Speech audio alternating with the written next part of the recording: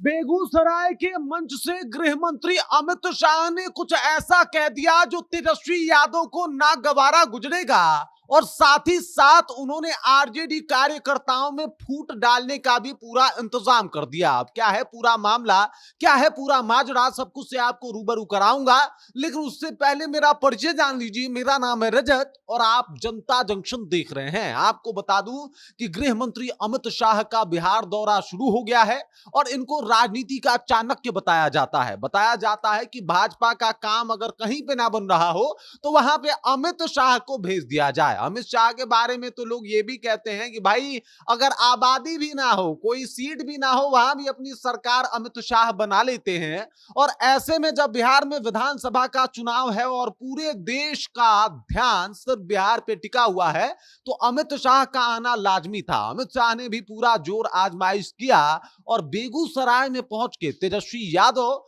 और लालू यादव पे जम के बरसते हुए दिखाई दिए। उन्होंने कहा कि लालू यादव के आपराधिक मामले का अगर लिस्ट खंगाला जाए तो वो इतना लंबा है कि पढ़ते पढ़ते दिन से रात हो जाए। इसके बाद उन्होंने कहा कि भाई हम जो थे शुरुआत में जब भाजपा ज्वाइन किए तो एक बूथ लेवल के कार्यकर्ता थे, अपने कार्यकर्ताओं को बता रहे थे, लेकिन इसके अलावा उनका ध्यान आरजेडी के कार्यकर्ताओं पे भी था और ये बताने पे था कि भाई साहब तुम्हारे परिवार में जो है वो कोई भी तभी जो है वो आगे बढ़ सकता है जब लालू के परिवार का कोई चाहे, क्योंकि लालू का परिवार कभी चाहेगा नहीं कि उनसे बेहतर कोई नेता हो। जबकि अगर हमारी बात की जाए तो हमने बूथ लेवल से अपना प्रयास शुरू किया और बूथ लेवल से प्रयास करके आज हम यहां तक पहुंच गए। मतलब एक बूथ लेवल का अध्यक्ष जो है वो अपने पार्टी का राष्ट्रीय अध्यक्ष बन सकता है, ये सिर्फ भाजपा में ही होता है, किसी और पार्टी में नहीं होती। सीधे तौर पे उन्होंने कांग्रेस और आरजेडी को निशाने पे लिया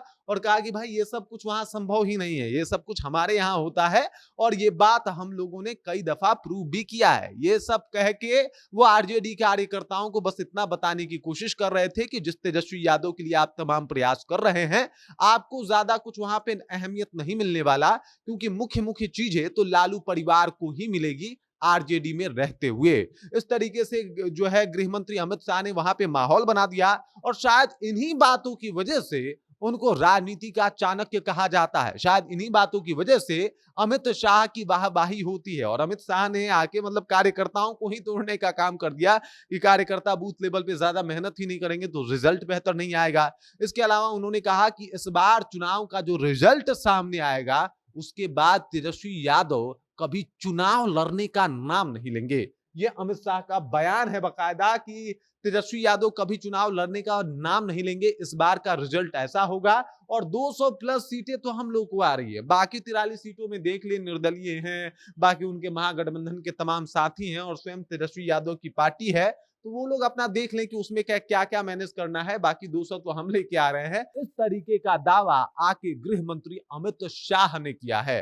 अमित शाह के इस दावे से एकदम से बिहार की सियासत गर्मा गई है और अमित शाह का ये दौरा काफी खास माना जा रहा है, काफी अहम माना जा रहा है और माना जा रहा है कि भाजपा को इससे काफी अंदरूनी ताकत मिलेगी और इस तरीके से पूरा खेल पलटने में माहिर अमित शाह कुछ ना कुछ इस बार बिहार चुनाव से पहले जरूर बेहतर करके जाएंगे। कुछ बेहतर स्थिति, कुछ बेहतर रुझान भाजपा के कार्यकर्ताओं को देके जाएंगे। बाकी इस खबर, इस जानकारी को लेके और जिस थसक के साथ अमित शाह बिहार पहुंचे हैं और लगातार तेजस्वी यादव और लालू यादव को आड़े हाथ ले रहे हैं, लालू यादव के आपराधिक लिस्टों का जो है वो सबके सामने प्रदर्शन कर रहे हैं, इस बात को आप कैसे देखते हैं? कमेंट करके अपना विचार हम तक पहुंचा दीजिए। बाकी आप देख रहे हैं जनता जंक्शन और मेरा नाम रजत है।